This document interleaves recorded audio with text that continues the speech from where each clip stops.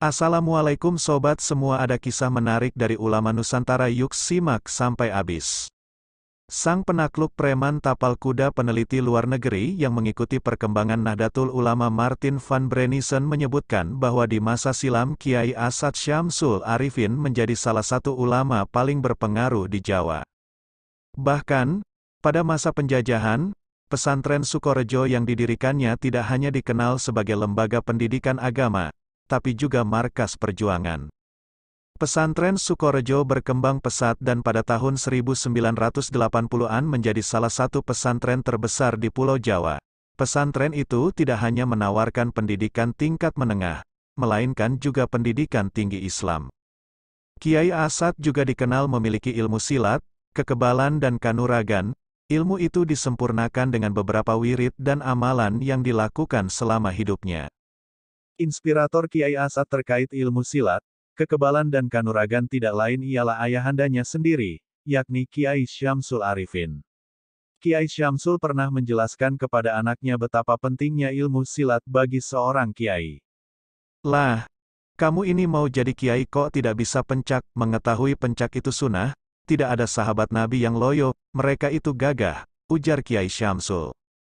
Selanjutnya, Kiai Asad berguru kepada Kiai Abdul Majid yang dikenal dengan ilmu kanuragannya. Mempelajari ilmu kanuragan menjadi medium perjuangan dan dakwah. Melalui ilmu itu, Kiai Asad berjuang mengusir penjajah.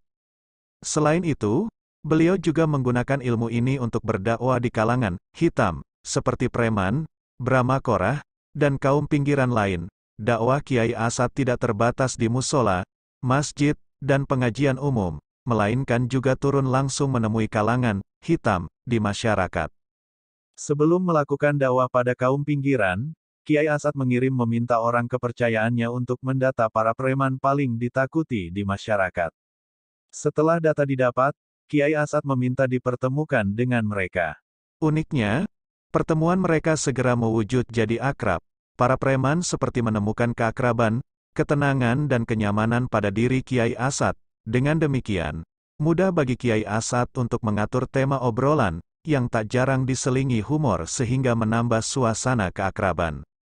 Para preman itu pulang dengan membawa cerita mengesankan pertemuannya dengan Kiai Asad. Mereka mengabarkan itu kepada para preman yang lain.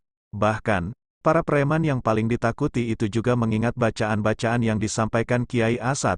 Berkat pertemuan itu, para preman sontak tertarik dan ingin bertemu Kiai Asad. Bagi mereka, Kiai Asad bak pohon rindang yang sejuk dan meneduhkan. Setelah berhasil menaklukkan para preman, Kiai Asad mengorganisir kekuatan mereka untuk medium perjuangan melawan penjajah. Selain itu, mereka juga selalu dilibatkan dalam berbagai kegiatan di pesantren Sukorejo, seperti mengumpulkan kebutuhan logistik dan menjaga keamanan dalam kegiatan Munas dan Muktamar tahun 1983 sampai tahun 1984, pembangunan pesantren dan kegiatan lain. Pada sebuah kesempatan, Kiai Asad menjelaskan alasannya melibatkan kaum hitam dalam berbagai kegiatan di pondok pesantren. "Saya meminta bantuan pelopor dalam membangun pesantren Sukorejo. Mengapa? Mungkin yang masih senang main judi, lantaran ikut mencari bambu akan berhenti main. Yang masih senang mencuri berhenti jadi maling berkat membantu pesantren." Paguyuban santri Kiai Asad yang terdiri dari mantan preman, penjudi, perampok, pembunuh, dan orang-orang yang memiliki catatan hitam di masyarakat ini dikenal dengan nama pelopor. Kiai Asad mengayomi mereka, bahkan hingga memberi jaminan sampai ke akhirat kelak.